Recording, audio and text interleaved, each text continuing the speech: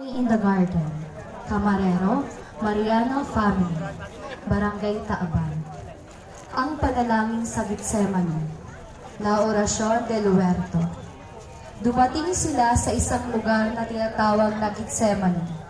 Sinabi ni Jesus sa kanyang mga alagad, Maupo muna kayo rito habang ako'y nananalangin. At isinama niya si San Pedro, Santiago at Juan. Nagsimulang magbabagag at maghirap ang kanyang kalooban. Sinabi niya sa kanila, ang puso ko'y labis na nalulungkot at ako'y halos mamatay na. Maghintay kayo rito at magbantay. Lumayo siya ng kaunti at pagkatapos ay nagpatali pa upang manalangin na kung maaari huwag nang sumapit sa kanyang oras ng paghihirap. Nanalangin siya, Ama ko, magagawa mo ang lahat ng bagay. Alisin mo sa akin ang pagpapahirap na ito. Ngunit hindi ang kalooban ko, kundi ang kalooban mo ang masunod.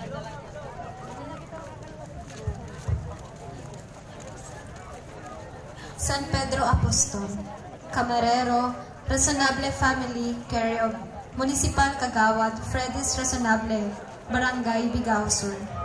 San Pedro, si Simon, anak ni Juan at kapatid ni Andres, ay mula sa Bethsaida.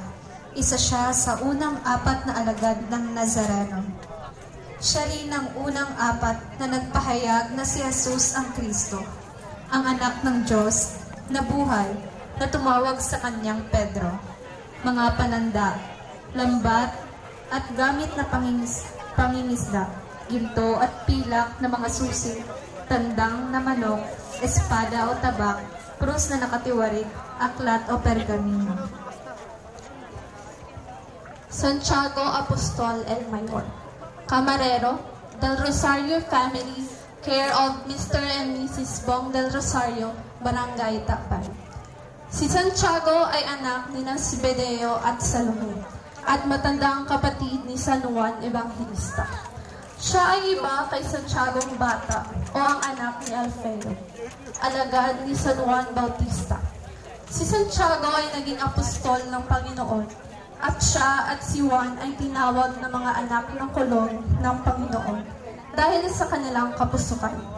Sinasabi, si Apostol Santiago ay nagtungo sa Espanya upang palaganapin ang pananampalataya at sa kanya'y nagpakita ang Birhen del Pilar.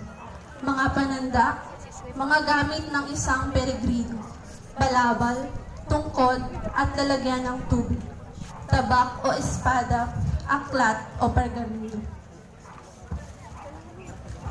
San Andres Apostol, Camarero, Mr. Andy Tranquilino and Family, Barangay Poblacion.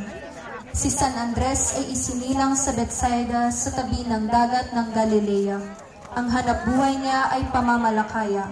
Siya ay naging alagad ni San Juan Bautista bago siya maging alagad ni Cristo. Siya ang nagsama sa kanyang kapatid na si Pedro kay Cristo. Siya at si Felipe ang nagdala kay Cristo sa Jerusalem ng ilang mga pagano.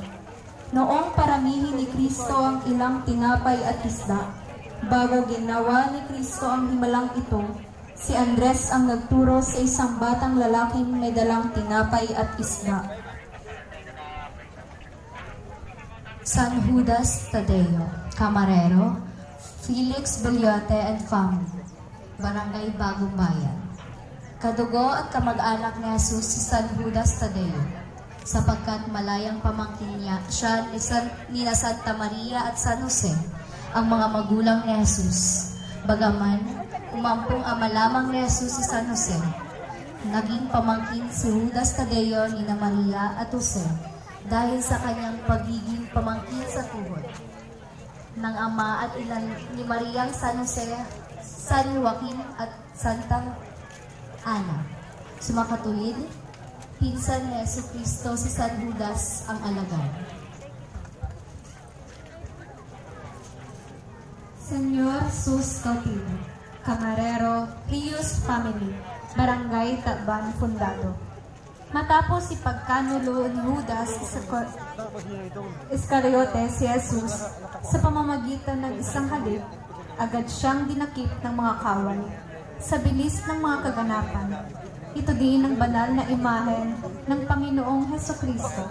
Matapos ang pagdakip na simbolo ng pag-iwan sa kanya ng mga alagad. Ayon sa Ebanghelyo ni San Marcos, iniwan nila si Jesus at silang lahat ay nagmamadali, tumakbo dahil sa takot.